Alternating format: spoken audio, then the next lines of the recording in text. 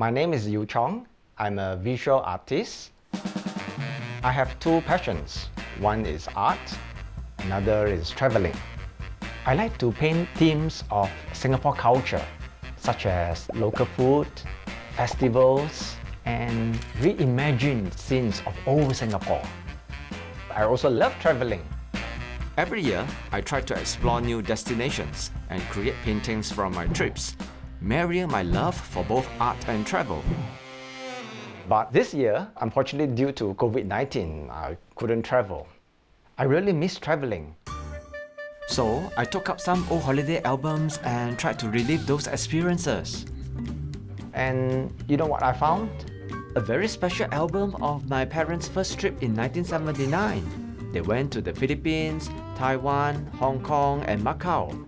But sadly, the first part of their journey with the very first flight from Singapore to the Philippines is missing. Now I'm curious to find out what really happened, and I'm thinking of reconstructing the scenes of the missing leg through a series of paintings.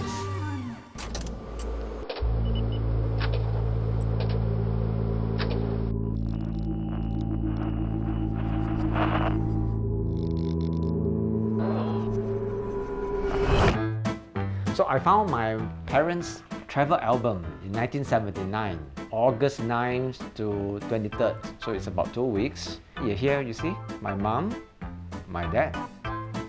They were so skinny then. In 1979, I was only 10 years old, but I vaguely recall the mini chaos at home as my mom and my late dad prepared for the trip. I think they would have packed the whole house into their luggage if they could. And I remember hearing them tell my aunt in great detail how she should take care of me and my two siblings. I guess at that time, flying was considered risky, and my parents believed there was a chance they might never make it back home. So this trip was a big deal, a honeymoon they never had, and yet The passage from Singapore to the Philippines were all missing. It's strange because there are only 3 photographs of the Philippines, and right after, I think they are already in Taiwan. it's hard to believe that my late dad, who painstakingly documented the rest of the trip, will forget to photograph the very first flight of their lives. I suspect the first roll of film of their travel from Singapore to the Philippines probably went missing. It must be quite heartbreaking that they have lost that roll of film. My mom can't remember much, so now I'm more determined to recreate the scenes that were all missing through my paintings. The first thing I need to do is to start from the beginning, at the airport. If my memory serves me correctly, Changi Airport wasn't built yet in 1979. So, they must have flown from one of our older airports, perhaps Paya Lebar? I need to find someone who will know for sure. That's where we used to wait for my dad to come back from flying. Vanessa is one of Singapore's first woman pilots, taking after her father, who used to fly the planes at Paya Lebar Airport. Growing up, she loved listening to tales of her father's adventures, which she still remembers clear as day. My parents went for their first holiday in 1979. Would they have traveled from Paya Lebar Airport? Yes, it was known as Singapore International Airport at the time. What was the airport like? It was surrounded by a lot of plantations. So you can see in the background here, this is the farmlands. And then as you drove further in, that's where you came to the open air car park. And then that's where your parents would have alighted going into the main terminal building.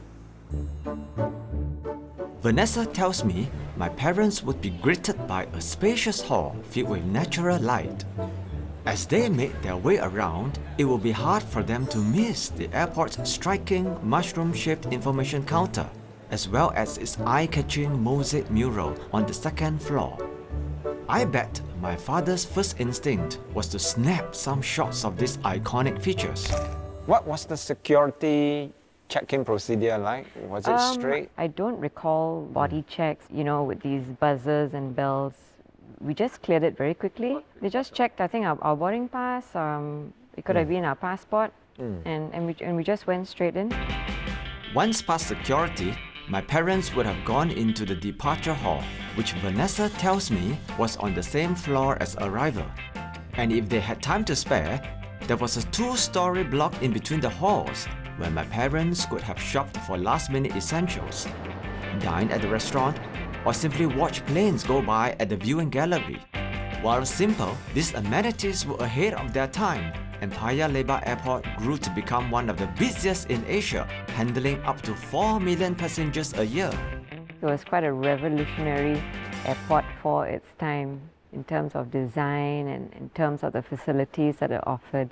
So why did Paya Lebar Airport close? Paya Lebar Airport closed in 1981. It had basically outgrown the capacity. Singapore was becoming a tourist destination. There was a lot of traffic. Also, aircraft were becoming bigger, so they need a bigger runway. And I think that Changi offered the better alternative. After talking to Vanessa, I can better imagine my parents' passage through the Paya Lebar Airport. I'm also surprised by the relaxed security of that time. And there was only one floor for both arrival and departure. And compared to today, we have 4 terminals at Changi International Airport.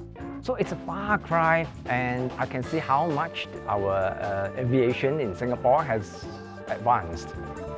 So now that I've learned what my parents experienced at Paya Lebar Airport, I want to find out what plane did they board and what was their first ever flight experience like.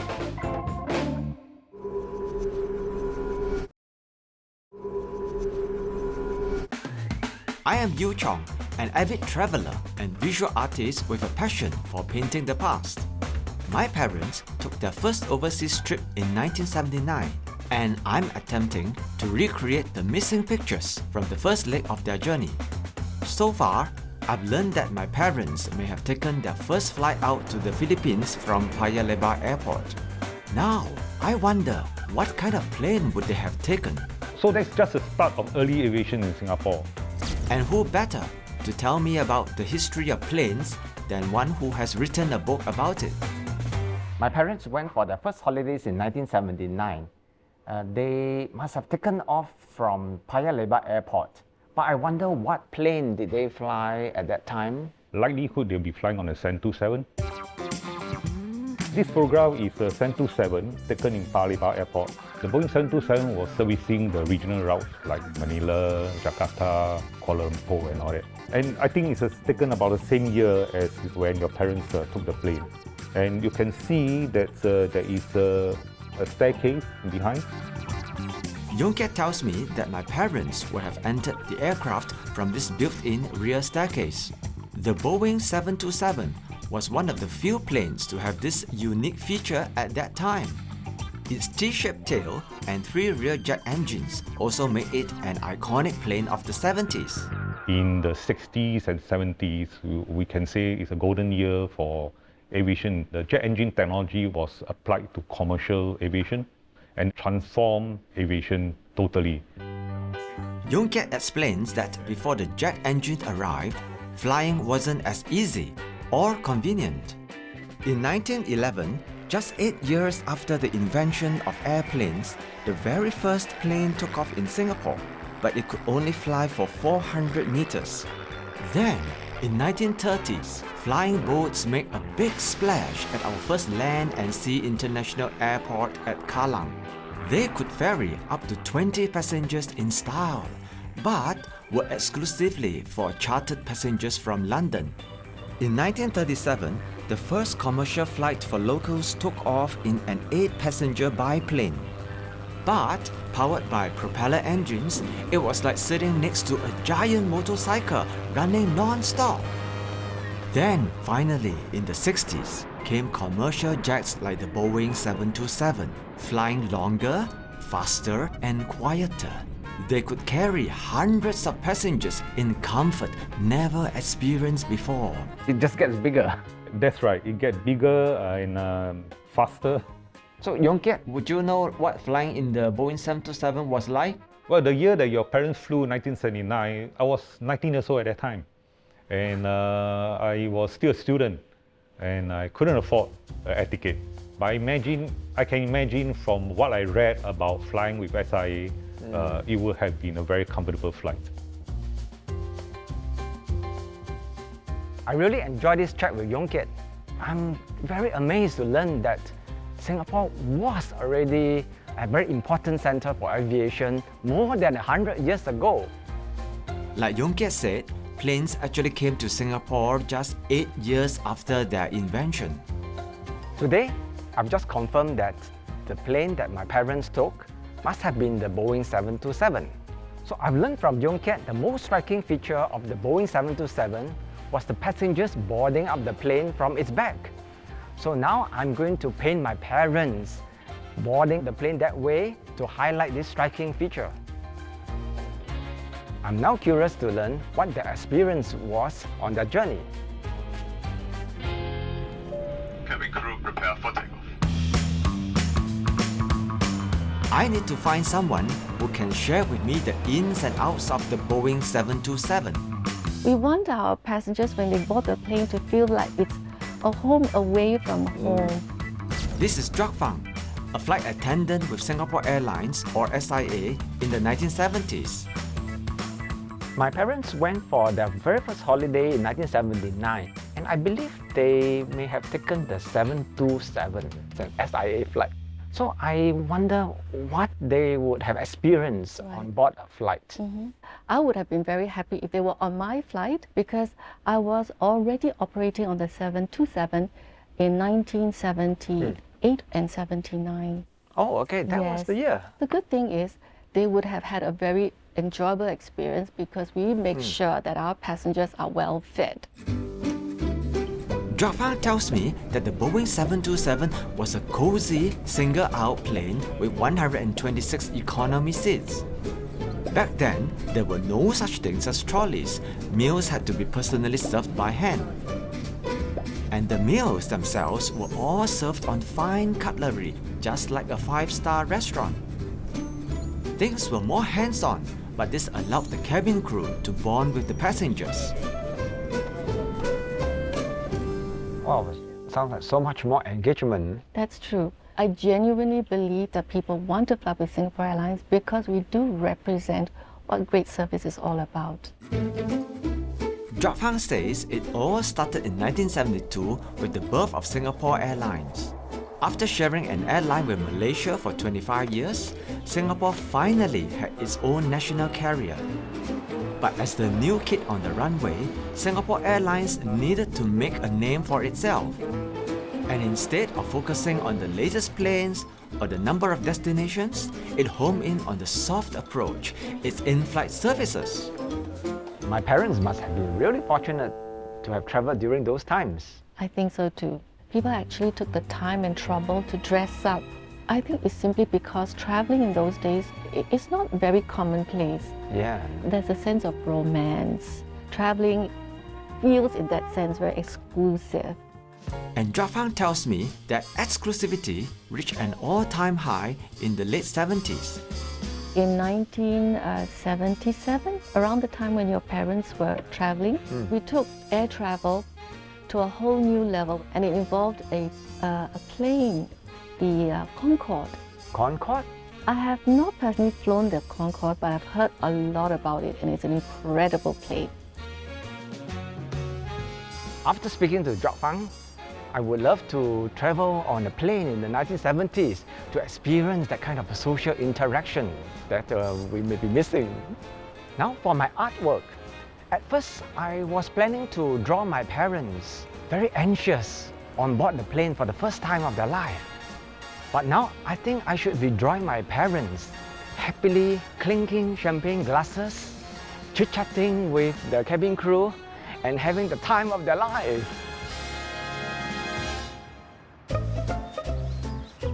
Jock Fang also mentioned the Concorde, which was in service when my parents took their trip. Could my parents have flown this super exclusive plane instead of the Boeing 727? Now, that would be epic!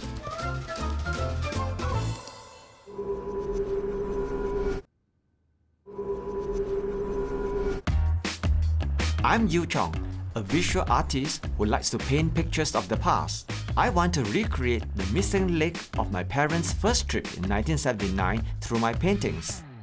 But I've also just found out about an exclusive plane called the Concorde. What was it? And could my parents have flown the Concorde for their first flight out of Singapore? So I found this interesting article about the Concorde, a supersonic airplane that travels at Mach 2, twice the speed of sound. You feel a slight lurch as the engines roar louder and the bag-shaped Concorde soars upwards like a bullet. The more I read, the more it seems that flying on the Concorde was out of this world. If my parents were on this flight, I imagine them plugging their ears, grabbing tightly to their seats as the plane blasted off. Would it even be possible to eat their meals? I'm not sure if my poor mother could handle it. I guess the best way to find out would be from the man who led the first Singaporean crew on this supersonic aircraft. Mach 2 is faster than a bullet. Former Chief Steward Ravinder Pal. Ravinder, can you share your experience on board the Concorde? Basically, my job was to talk to passengers. They will say, we are very lucky to be on this aircraft. And they will be taking photographs and things like that. Ravinder tells me that Singapore Airlines was the only Asian carrier to acquire the Concorde. As a collaboration with British Airways, it was the only Concorde in the world to have two logos, Singapore Airlines on the left and British Airways on the right. It's because passengers board the aircraft from this side, so they will only see as Singapore Airlines aircraft. I learned about how fast it got when it took off. Was it uncomfortable? The only thing that you feel when you go from Mach 1 into twice the speed of sound, which is Mach 2, there'll be a bit of a jerk. Oh, that's surprising. What was the inside like? Is it wide with aisles like today? And No, the seats were smaller and narrow-bodied, and it's not high enough for tall people. Oh, okay. Ravinder tells me the interior of the Concorde was simple and bare bones. Passengers would be seated in plain leather seats and could only take on board one 12-kilo luggage and a small carry-on.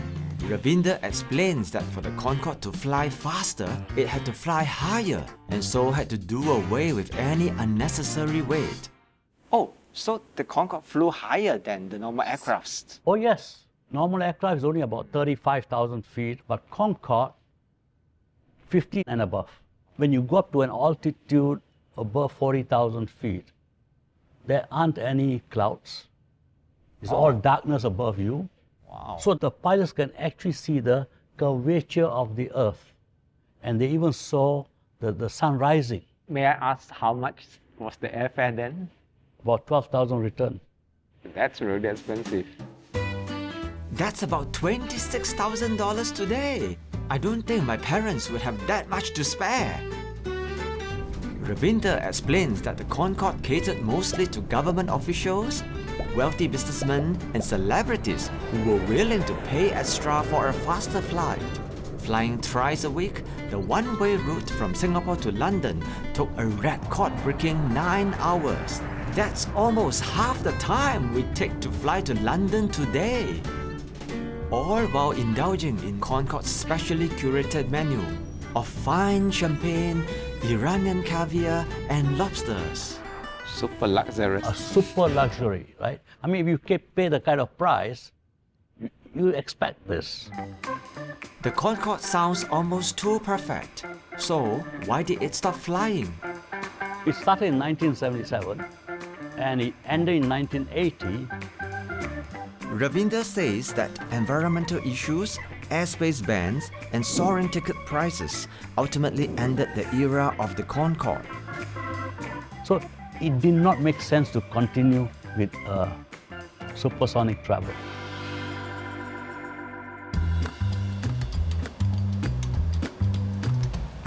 I felt that my chancing upon the Concorde was just like going back to the traveling days where I made a slight detour and it made the journey even more interesting. I'm glad that I have met Ravinder It helped me to understand better the articles that I read. He mentioned the view from the windows or even the cockpit was all dark when in flight because the plane was so high up. Everything looked like space. A part of me wishes that my parents were able to experience flying on the Concorde when it was still around. But with such a steep price tag, I can understand why they didn't. So, as a little tribute, I decide to paint the view from the Concorde's cockpit with my parents' plane flying below to the Philippines. It's a bit of a regret that I could never take a Concorde in my lifetime. But knowing how technology advances today, I am very hopeful that one day I will be able to take a much faster plane than the Concorde.